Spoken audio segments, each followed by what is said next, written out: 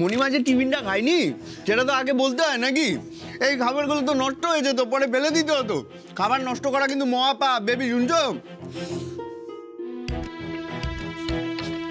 তার থেকেও বড় পাপ কিন্তু পতি পরমেশ্বর প্রশ্ন করলে সেটার উত্তর না দেওয়া। শুনতে পাচ্ছ? কি হয়েছে?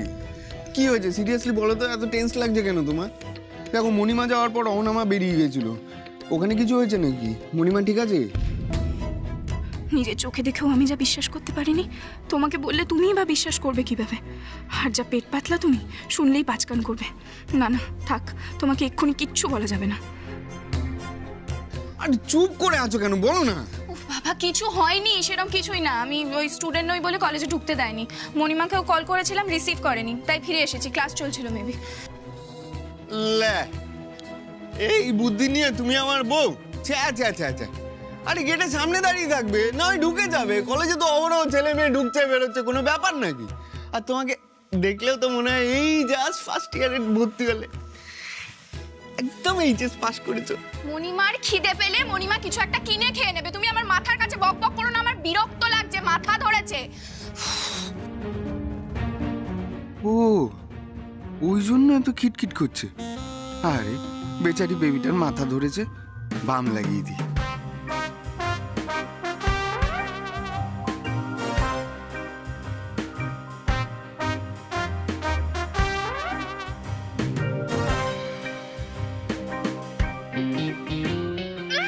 এটা কি দিলে মাথায়? জ্বালা করছে। বাম দিলাম তো, তোমার মাথা ব্যথা বললে এই কারণে না, লোকের ভালো করতে নেই। তুমি যাবে এখান থেকে, আমার বিরক্ত লাগছে, আমি বললাম তো একবার। ও, কেয়ারিং হাজবেন্ড পেয়েছো তো, তাই কোনো পাত্তা দিচ্ছ না। ঠিক আছে, আমি চলে যাচ্ছি, তুমি থাকো একা একা। আর শোনো, আমি না টাইম পাস করছিলাম না, আমারও কাজ আছে। হ্যাঁ, চিলেকোটার ঘরটা পরিষ্কার করতে হবে, অনেক কাজ আছে। আমি চললাম তো।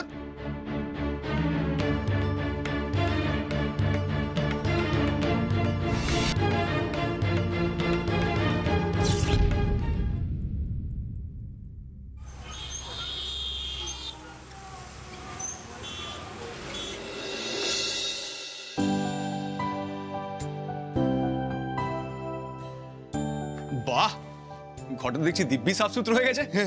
নাইস। আরে এই ঘরটা তো ফাঁকাই পড়ে থাকতো, এখন দেখো একেবারে ঝকঝকে তকতকে হয়ে গেছে। চলবে তো? চলবে মানে দৌড়বে। কিন্তু চিলেকোটা ঘরটা দেওয়ার কথা ছিল না? হ্যাঁ, ওই ঘরে তো এসি নেই, কি করা যাবে? গরমে তোমার কষ্ট হতো, তাই এই ঘরটায় ব্যবস্থা করেছি। এটা আগে স্টোর রুম ছিল, জিনিসপত্র সব চিলেকোটায় পাঠিয়ে দিয়েছি। আশা করি তোমার অসুবিধা হবে না। অসুবিধে? কি যে বলছো, অ্যাবসলিউটলি নট। কিন্তু ওই দিদি ভাইয়ের সঙ্গে থাকতে পারলে ভালো হতো আর কি। না মানে এতদিন বাদে দেখা হয়েছে তো, কাজ ছাড়া করতে ইচ্ছে হচ্ছে না। হ্যাঁ, আসলে অহনামা তো চায় না, কি করা যাবে বলো? এমনি কোনো ব্যাপার না, আমরা তো সারাদিন একসাথেই থাকি, শোবে শুধু রাত্রিবেলা আলাদা, ব্যাস। আচ্ছা, তুমি সকালবেলা সিম নিতে বেরিয়েছিলে, তারপর কি হলো? সারাদিন বাড়ি ফিরলে না, তোমার তো খাবার নষ্ট হয়ে গেল। আমি আসলে একটা কাজ নিয়ে খুব চিন্তায় আছি। আসলে ওই এদিক সেদিক দৌড়তে হচ্ছে তো। কি কাজ? হ্যাঁ, মানে কি রকমের কাজ? ওই চেন্নাইতে একটা হোম আছে, ওদের অডিটের কাজ। ফাইনাল হলেই চলে যাবো। ও আচ্ছা আচ্ছা আচ্ছা আচ্ছা, বুঝতে পারলাম। নিন আপনার কফি। ছোট ছেলে, তুমি এখানে কি করছো? আরে নিচে মা একা রয়েছে, আর অহনা দিদি ওই চত্বরেই ঘোরাফেরা করছে। আমার কিন্তু ওনাকে নিয়ে কোনো ভরসা নেই, জানো তো, কোনো ভরসা নেই। আপনি সবসময় আমার দিদিভাইয়ের সম্পর্কে এরকম উল্টোপাল্টা কথা বলেন কেন বলুন তো? আশ্চর্য, সেই কৈফিয়ত আমি আপনাকে দিতে যাব কেন? বাজে তর্ক করার মতন সময় আমার হাতে নেই, জানেন তো। কফিটা এখানে রেখে দিচ্ছি, খেয়ে নেবেন, ঠান্ডা হয়ে যাবে। কি করছো বলো তো? মা ওদিকে নিচে রয়েছে, যাও নিচে তাড়াতাড়ি। অহনা দিদি ঘুরছে, যাও বাবা, যাও যাও যাও। ক্ষমা করো ঠাকুর, ক্ষমা করো। মিথ্যের পর মিথ্যে, মিথ্যের পর মিথ্যে বলেই যাচ্ছি, বলেই যাচ্ছি। দাদা জানেন তো, আপনার এই বোন না অন্যায়ের পর অন্যায় করেই চলেছে, করেই চলেছে। সে যাই হোক, তুমি একটা কাজ করতে পারবে? একদিন রাত্রেবেলা আমাকে বাগানটা দেখাতে পারবে? বাগান? মণিমা তো কফি নিয়ে অয়নবাবু রুমের দিকেই গেল। একবার কনফার্ম হওয়ার পর বাবাকে জানাতেই হবে।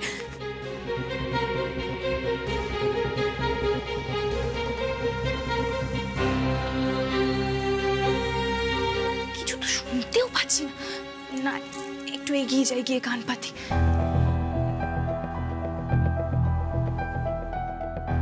রাতের বেলায় আবির বাবুকে কি বলে বেরোবো আমি সেটাই বুঝতে পারছি না। দেখো, সেটা নিয়ে চিন্তা করো না।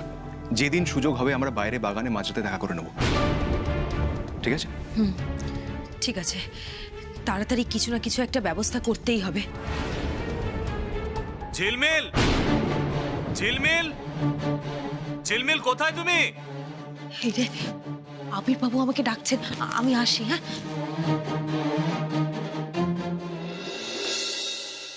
শিবানী, কন্ট্রাক্ট পেপারটা ক্রস চেক করে নিয়েছে তো?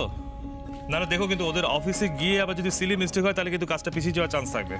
হ্যাঁ বাবা, আমি ভালো করে দেখে নিয়েছি, ডোন্ট ওয়ারি, কোনো প্রবলেম হবে না। A1 ইন্ডাস্ট্রির সাথে আমাদের অনেক টাকার ডিল ফাইনাল হতে চলেছে।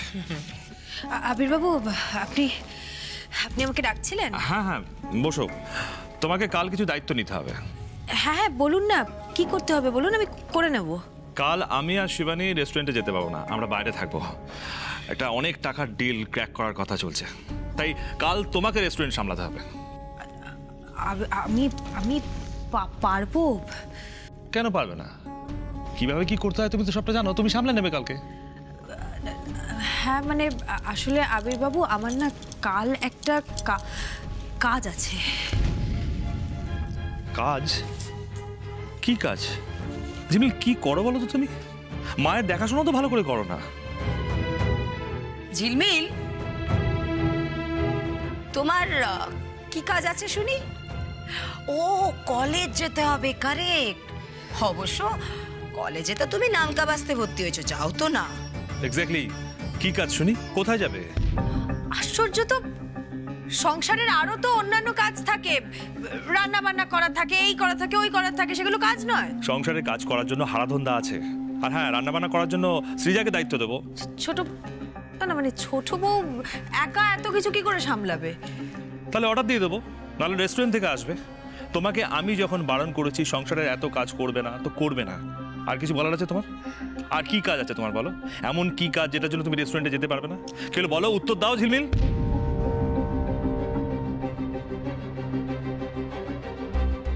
ঝিলমিল, আমার কথা কিন্তু শেষ হয়নি এখনো।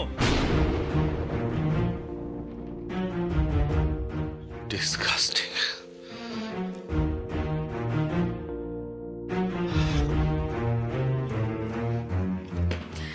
কিছু বলার নেই, জাস্ট কিছু বলার নেই।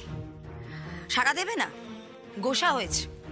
আসলে দোষটা না তোমার বাবা, জানো তো, সম্পূর্ণভাবে। তুমি না ঝিলমিলকে কড়া হাতে শাসন করা উচিত। দেখলে কিভাবে কথা না বলে চলে গেল। তোমার আর কোনো কাজের কাজ আছে? সরি বাবা, জানি তোমার আর ঝিলমিলের ব্যাপারে কথা বলাটা তোমার ঠিক পছন্দ হয় না, আমার ইন্টারফারেন্সটা, তাই তো? ঠিক আছে, বলবো না, কারণ আমি এখন যাই বলি তোমার কাছে খারাপ হবো। ফাইন, সব কিছু চেক করে আমি তোমাকে বলে দেবো।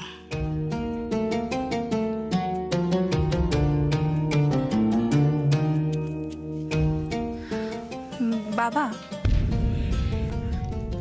বলো, তোমার আবার কি চাই? না বাবা, আমার কিছু চাই না, তবে আমি তোমায় কিছু বলতে চাই। হ্যাঁ বলো, শুনছি আমি। আমি জানি তুমি বিশ্বাস করবে না, তবে আমার মনে হচ্ছে তোমাকে জানানোটা সব থেকে বেশি দরকার। আর হ্যাঁ বাবা, তুমি প্লিজ ঠান্ডা মাথায় শুনো, আমাকে ভুল বুঝে বকাবকি করো না। তোমাকে আমি কোনো বকাবকি করব না। কি বলার আছে বলো, আমি শুনছি। বাবা, ওই অহন আমার ভাই আছে না, অয়নবাবু, ওর সাথে মণিমার কিছু একটা যোগাযোগ আছে। কি? আমি জানি বাবা, এই কথাটা বিশ্বাস করার মতো নয়, কিন্তু এটাই সত্যি। আমি নিজের চোখে দেখেছি, তাও একবার নয়, দুবার। কি কি দেখেছো? পরিষ্কার করে বলো, কারণ এই ব্যাপারে আমার কোনো আইডিয়া নেই। ঝিলমিল যে এরকম কোনো কাজ করতে পারে আমাকে লুকিয়ে, সেটা আমি বিশ্বাস করি না। আসলে মণিমা টিফিন দিতে ভুলে গেছিল, তাই আমি কলেজে গেছিলাম টিফিন দিতে, গিয়ে দেখি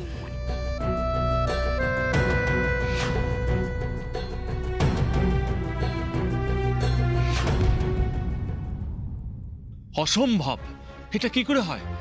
কিছুতেই তো আমি হিসাবটা মেলাতে পারছি না। যারা যারা দুজনে বাড়ির মধ্যে এত ঝগড়া করে, তারা দুজন কলেজে। শুধু কলেজে নয় বাবা, আমি অয়নবাবুর রুমেও দুজনকে একসাথে দেখেছি। তুমি জানো উনি মণিমাকে কি বলেছে?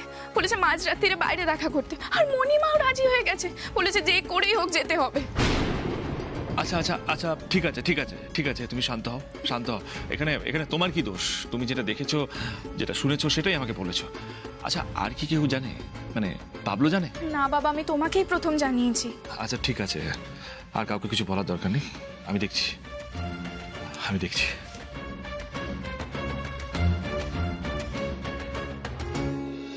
আবির্বাবু আমাকে কোনোদিনও দায়িত্বের কথা বলেন না।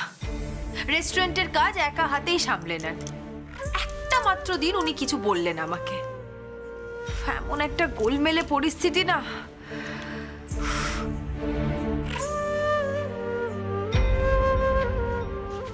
আবির্বাবু, আবির্বাবু রাগ করছেন কেন? আমি রেস্টুরেন্ট থাক, দরকার নেই।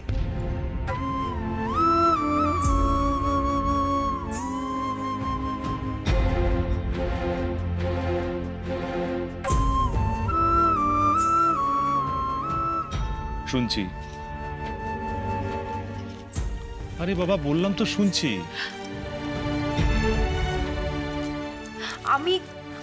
আমি কাল এক মিনিট এক মিনিট, আমি তোমাকে এক্সপ্লেন করতে বলেছি না, কিন্তু আমি তো বলছি। বলো না ঝিলমিল, বানিয়ে বানিয়ে বলতে গিয়ে কিসব উদ্ভট বলে ফেলবে, আমি জানতেও চাই না শুনতেও চাই না। এবার কিন্তু আমার কষ্ট হচ্ছে। আপনি এভাবে বলছেন কেন? আমি যা দেখি তাই বলি। অহনা আসার পর থেকে তুমি পুরোপুরি বদলে গেছো। অহনার ভূমিকা থাকুক আর না থাকুক, অহনা আসার পর থেকে আমাদের দুজনের সম্পর্কটা কিন্তু আস্তে আস্তে ক্ষয়ে যাচ্ছে।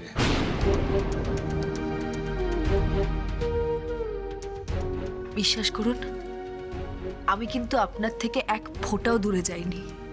ঝিলমিল, তোমার থেকে আমার দূরদৃষ্টি অনেক বেশি।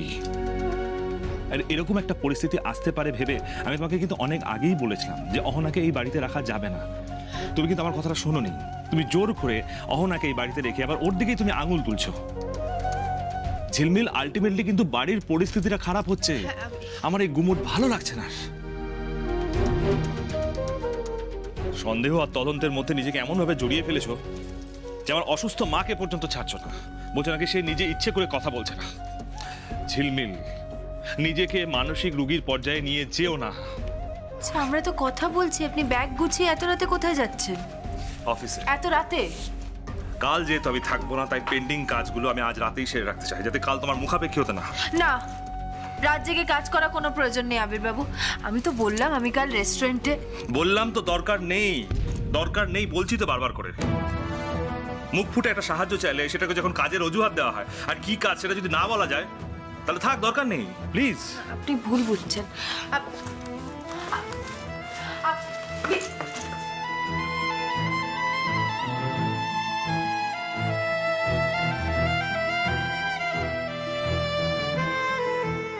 আপনি ঠিক বুঝবেন। আপনি ঠিক বুঝবেন যে আমি যা করছি পরিবারের জন্য করছি, পরিবারের কল্যাণের কথা ভেবে করছি আবির্বাবু।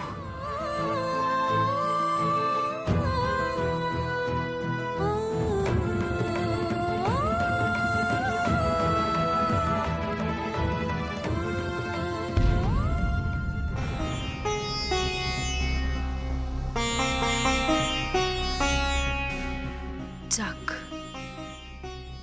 সুযোগ যখন পেয়েই গেলাম তখন আজই অয়ন দাদাকে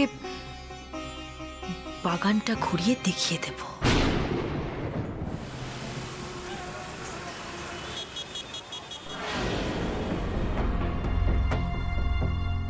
এখনো ঘরের আলো জ্বলছে। রাত জেগে কি করে মহিলা? আমার মনে হয় রাতের বেলা জেগে জেগে সমস্ত অসামাজিক কাজগুলো করে। যাকে যে কাজটা করতে এসেছি সেটা সেরে ফেলি।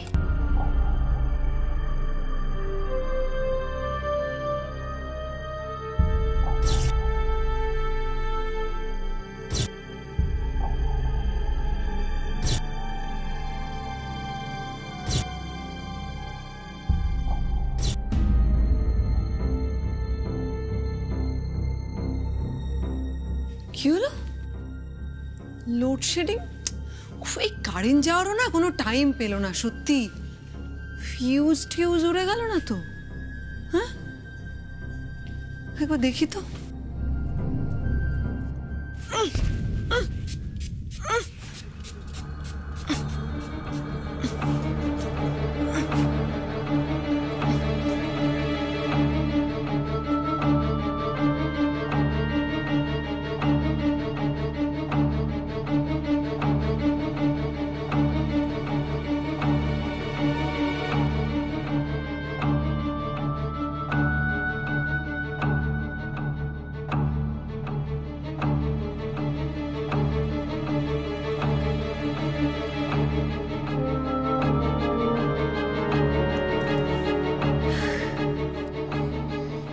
যাক বাবা, বেশ কিছুক্ষণের জন্য এবার নিশ্চিন্ত।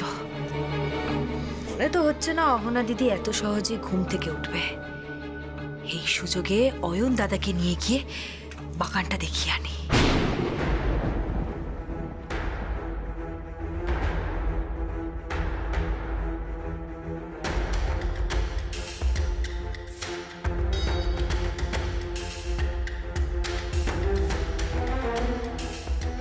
অয়ন দাদা, আরে এসো, কোনো অসুবিধা হয়নি তো? না, আপনার দিদি ভাই এখন ঘুমের দেশে। গুড। আর আবিদা? উনি বাড়িতে নেই। সে কি এত রাতে কোথায় গেলেন? উনি আমার ওপর অভিমান করে রেস্টুরেন্টে চলে গেছেন। আমার না ভীষণ খারাপ লাগছে, জানেন তো। আরে আমার আর কোনো উপায় নেই ঝিলমিল, কিন্তু যে মহৎ কাজে তুমি আমার সঙ্গ দিচ্ছ তাতে ভগবান তোমার এই খুচরো পাপের দোষ নেবেন না। আর আবিদা খুব র্যাশনাল একজন মানুষ। সত্যিটা যখন উনি জানতে পারবেন তখন এই তুচ্ছ ভুল বোঝাবুঝির মধ্যে উনি আটকে থাকবেন না, বরং তোমায় নিয়ে গর্ববোধ করতে পারেন। কিন্তু কিন্তু সেটা নাও হতে পারে। কেন? আবিদা তোমায় বিশ্বাস করেন না? করে। উনি আমাকে খুব বিশ্বাস করেন অয়ন দাদা। উনি শুধু আমাকে একটাই কথা বলেছিলেন, আমি যাতে ওনাকে সবটা জানাই। কিন্তু বিশ্বাস করুন, পরিস্থিতিতে প্রত্যেকবার আমি এমন ভাবে আটকে যাই না যে ওনার সামনে গিয়ে আমি কোনো কিছু বলেই উঠতে পারি না। আমি জানি উনি এই মুহূর্তে আমার উপরে আরো বেশি অভিমান করবেন, ভাববেন আমি ওনাকে কোনো কিছু ইচ্ছে করে জানাচ্ছি না। কিন্তু না, তা তো নয়। আমি ওনাকে ঠিক সময়ে সবটা জানিয়ে দেব, সবটা জানিয়ে দেব। যাকে যা বিপদ আসবে চেষ্টা করব সেগুলোকে সামলে নেবার। এখন আপাতত আমরা ওই বাগানের দিকটায় যাই যেখানে অহনা দিদি সমস্ত জিনিসপত্র পুঁতে রেখেছিল। কিন্তু হ্যাঁ অয়ন দাদা, জায়গাটা ভীষণ অন্ধকার, খুব সাবধানে যেতে হবে আমাদের। তুমি চিন্তা করো না, আমি টর্চ নিয়ে এসেছি। বাহ, চলো। চলুন জ্বালিয়ে দিন তো টর্চটা। হ্যাঁ, আস্তে আসুন। কোন দিকে? আসুন, ওই যে আস্তে। এই দেখুন,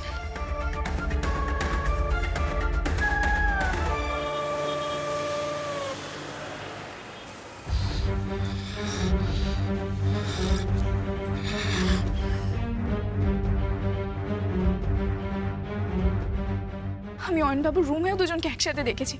তুমি জানো উনি মণিমাকে কি বলেছে? বলেছে মাঝ রাত্রিরে বাইরে দেখা করতে, আর মণিমাও রাজি হয়ে গেছে, বলেছে যে করেই হোক যেতে হবে। আজ আমি নিজের চোখে স্পষ্ট করে দেখতে চাই ঝিলমিল কি করছে। মাঝরাত মানে কটা, কখন বাড়ি ফিরলে আমার কাছে সবটা স্পষ্ট হবে। কখন ঝিলমিল এতটা নাটক করবে, আমাকে বোকা বানিয়ে ও অয়নের সাথে বেরোবে। সৃজা এত রাতে ফোন করছে কেন? হ্যাঁ সৃজা বলো, এত রাতে ফোন করছো, তোমরা কেউ ঘুমাওনি? কি ঝিলমিল বেরিয়েছে? আচ্ছা, ঠিক আছে তুমি ফোন রাখো, দেখছি।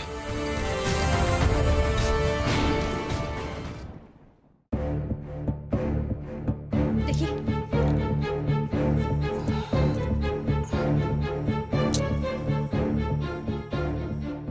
কিছু পেলেন? কিছুই তো সেরকম ভাবে পেলাম না। আমি তো আপনাকে আগেই বলেছি, অহনা দিদি এখান থেকে সমস্ত কিছু সরিয়ে ফেলেছে। আরে তুমি বুঝতে পারছো না, কিছু একটা দরকার, খুব একটা কুচি সিম কার্ডও এখন ভীষণ প্রয়োজন, না হলে পুরো গ্যাংটাকে ধরতে পারবো না। আর পুরো গ্যাংটাকে ধরতে না পারলে এই অপরাধকে গোড়া থেকে উপড়ে ফেলা যাবে না। আচ্ছা একবার একটু ওদিকটা দেখি। হ্যাঁ,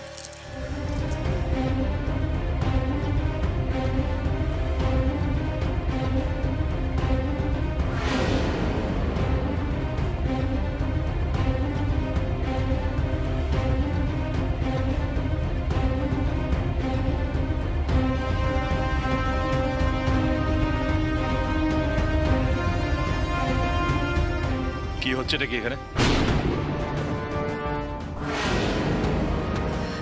আবির্বাবু, আমি আপনাকে সবটা বুঝিয়ে বলছি। হ্যাঁ, বুঝিয়ে তো বলতে হবে কি? সবার সামনে ঝগড়া, সবার অগোচরে চলনসই সম্পর্ক, কি ব্যাপারটা কি? আবিরদা, তুমি যা ভাবছো সেরকম কিছু নয়, কিন্তু আমরা কি ভাবছি আমি সেটা তুমি বুঝে গেলে? এতটাই বোঝদার তুমি? দেখুন আবির্বাবু, আমি জানি এই সময় আমাদের দুজনকে এখানে দেখে আপনার ভীষণ রাগ হচ্ছে, ভীষণ ভীষণ রাগ হচ্ছে, কিন্তু কিন্তু আমি এইটুকুই বলবো, আমরা কোনো অন্যায় কাজ করছিলাম না।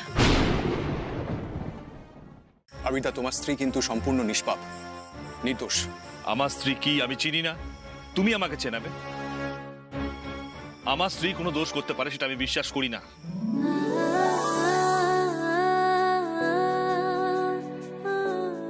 আবির্বাবু আমায় এইভাবে চোখ বন্ধ করে ভরসা করেন? আজ ওনার জায়গায় অন্য যে কোনো পুরুষ থাকলে সন্দেহ করতো সবার আগে। সেই ভয়ই তো সত্যিটা লুকিয়ে যাচ্ছিলাম ওনার কাছে। আবির্বাবু, আজ আমি যে আপনাকে কি বলে... দরকার নেই, আমার বিশ্বাস এতটা ঠুনকো নয় ঝিলমিল। একবার যখন স্ত্রী হিসেবে মেনেছি, সিঁথিতে সিঁদুর দিয়েছি, মৃত্যু তোমাকে ভরসা করে যাবে।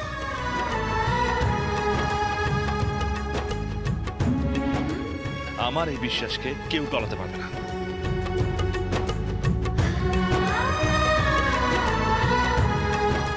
কিন্তু আজ আমি জানতে চাই সত্যিটা ঠিক কি। কোনো লুকোছাপা আমি বরদাস্ত করব না। অয়ন, অয়ন, তুমি আমাকে বলবে পরিষ্কার করে, তুমি এই বাড়িতে কেন এসেছিলে? কেন এসেছিলে? তুমি কিসের সাথে জড়িয়ে পড়েছো? কিসের খোঁজ করছো তুমি? অয়ন, তুমি ঝিলমিলকেই বা কি করেছিলে? আবিরদা, আমি গোয়েন্দা দপ্তরের কর্মচারী।